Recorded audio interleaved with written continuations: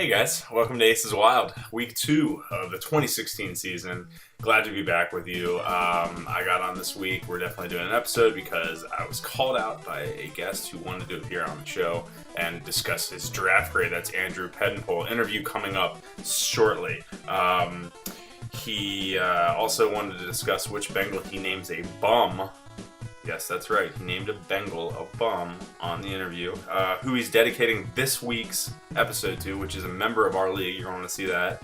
And also what his suggestion would be for Aces Wild moving forward. So, great interview. Fun talking with Tim. It ran a little bit longer than normal, so I'm going to do this episode a little bit abbreviated in other areas and try to keep it under 20 minutes overall. So, with that being said, we're going to move on to the Board of Shame. Tyler Vordenberg, Jonathan Pimpus. I have to say I'm very proud of 10 members of the league. That's pretty good, man. By week 2, really good. Can't say I'm surprised about the other 2 yet. Make me proud, man. It's easy. You just get on, you just do like this now instead of like writing a check, getting a stamp, put it in the mail, take it to the post office, drop it in, clamp it down, wait 3 days. Did my check get there? No, none of that. I'm not like breaking news here or anything. There's PayPal, there's Venmo. Let's get it done. Then the money's in one place. We know that our winners will get paid in timely fashion at the end of the year. Next is the matchup of the week, actually, and that is just a little quick mention for Dave Warner facing off against Kyle Fallhaber, Squirrels, against other guy. They're playing each other this week. Both had week 1 victories and came out with strong showings. They haven't had the best of seasons in maybe 2 or 3 seasons since they've been like powerhouses in any shape or form. So it's fun to see them win and put together what look like strong teams in the draft. So it's a big week for them. Someone's going to start out 2-0 and really have a nice foothold there to start the season in a 13-week season. So that's my matchup of the week. Kyle's going to have to look and see what Rivers can do after losing Keenan Allen. We'll see if Tannehill can do anything against that New England defense. We'll see if Breeze for Dave can replicate any of that success against that he had last week against the Giants this week. We already saw Marshall had a nice game with an injury scare, and we saw Forte go absolutely off with 3 touchdowns on Thursday night for Kyle. So there's already been some blood drawn in that matchup. My pick this week is actually Squirrels. But 2 strong teams, honestly, so that's my matchup of the week. All right, I'm going to go ahead and toss to myself for this interview with Tim, so over to you, Dave. We're here with Andrew Peddenpohl, live from Cincinnati. How you doing, Tim? Doing well. How about yourself, David? I had to figure out this new YouTube system, but I think we're rolling now. I like the flight headset you have on over there. Yep. This is my gaming headset. This is what I use to play my PC gaming with. You're well equipped for the interview here today. It's probably the most well equipped I've been for one of these. So yeah, you pretty much called that you wanted to get on Aces Wild early in the season, and maybe talk about draft grades, but probably just show some of the knowledge and share a little bit about your team. So I'm gonna let you kick it off. Okay. Well, yeah. I mean, immediately after seeing your last video, David, I text you. I wasn't happy with my D grade. It seemed like you were grading fair. I didn't see any A's. Richie got a B+. Richie's got a solid team. I think a lot of people had some solid teams. There wasn't obviously any A's. But I took question with the D grade. And I guess the first question I actually have for you is, what were your criteria for coming for these grades? You turning the tables on me? Yeah. All right. The criteria for the grades? Is that what you asked? Yeah. Because clearly it was running backs. That would seem to be your big take. No, I mean, I was grading on what was accomplished once the draft began. And again, I didn't have A's or anything, so I kind of wiped everyone's keepers off the board.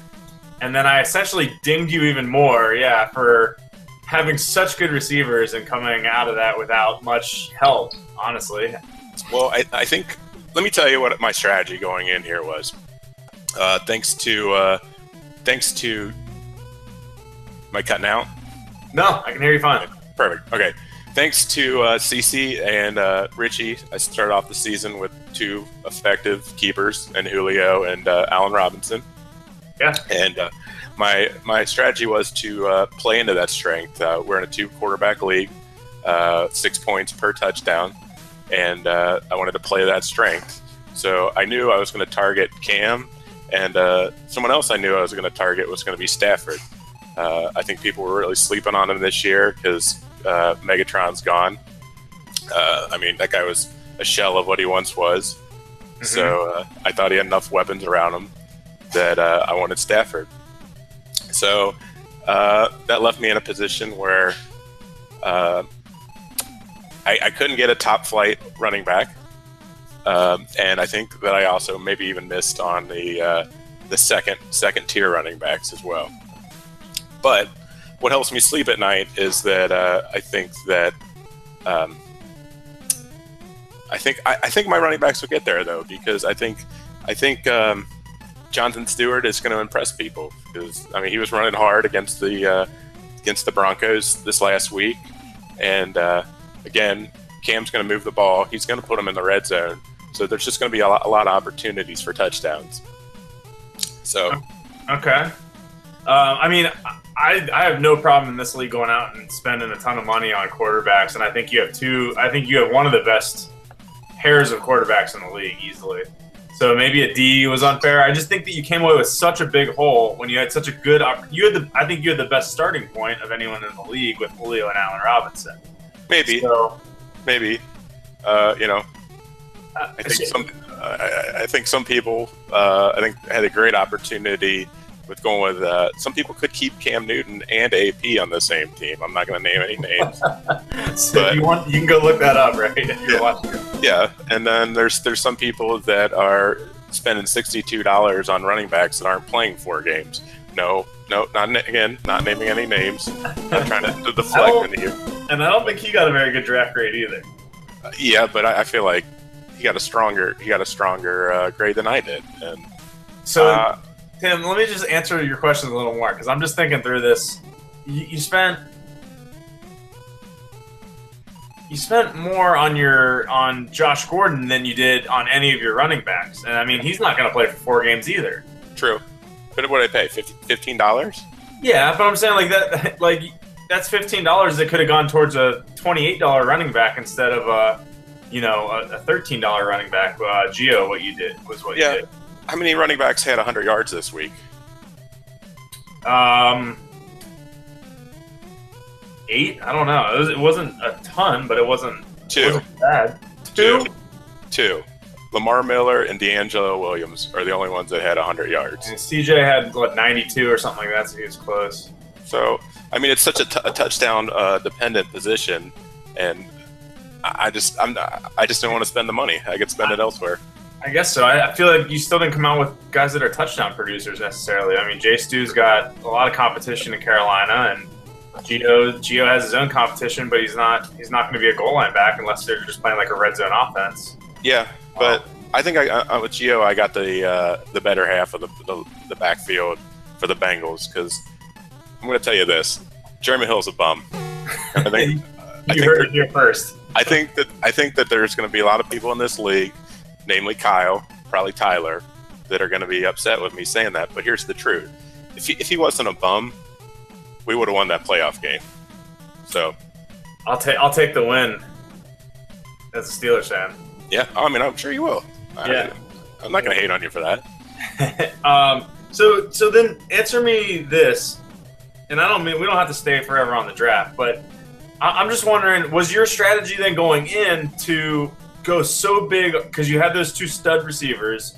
I mean, arguably both top 5. Were you trying to then just go so hard at the 2 quarterback positions and the 2 receiver positions, knowing that you were going to kind of like leave a little bit of a? Okay. I did, and I probably missed on. I probably could have got a running back that was a step up from what I did get, and it was just it was a whiff during the draft. But I went in with the strategy, and I think I executed it halfway decent. Okay.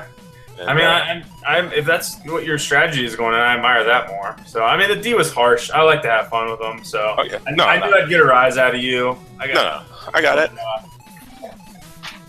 I think you had just such a great opportunity. I was just disappointed. I thought you could come away with something a little more balanced, and still two really good QBs. You know. Well, I guess the thing that I have to ask is you do a grade of drafts at the end of the season, and we see where we start and we see where we finish up. I like it.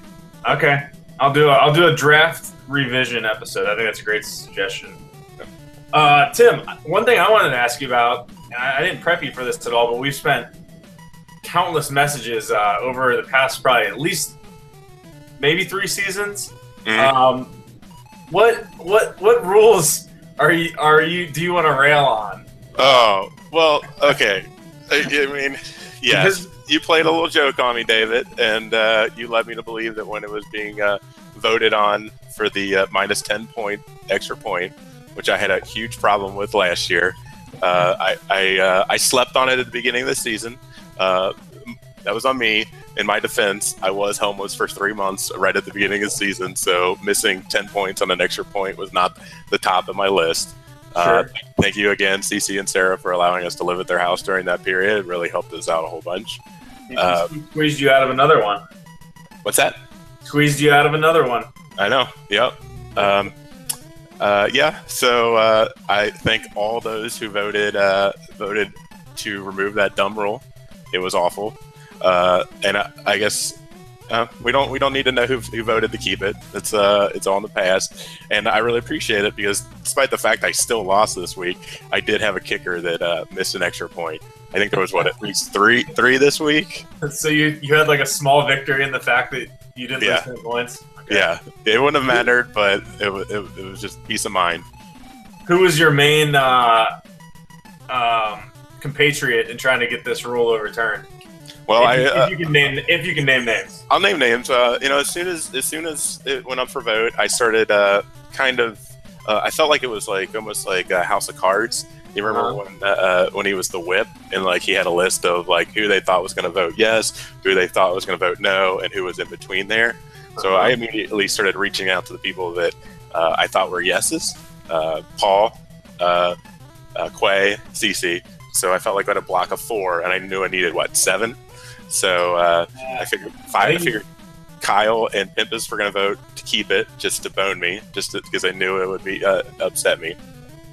So and once I hit that 4, I think I even emailed Richie at one point just to see where he lied on the issue.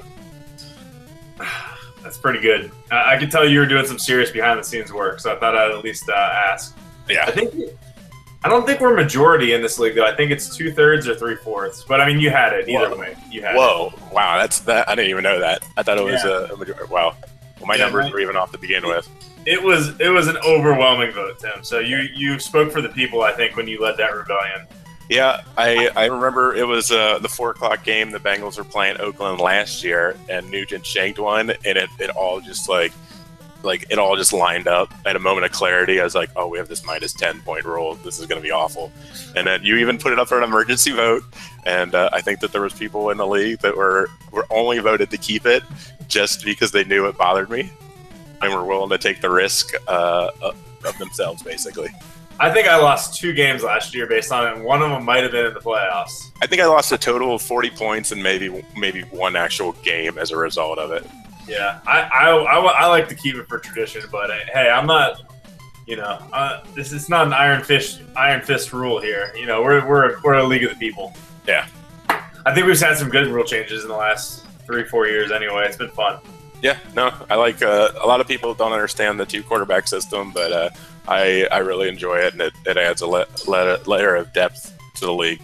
Definitely, we've been on that for 10, 11 seasons now. Now people are just coming around on it. Yeah, it's fun. I mean, it makes it way more interesting.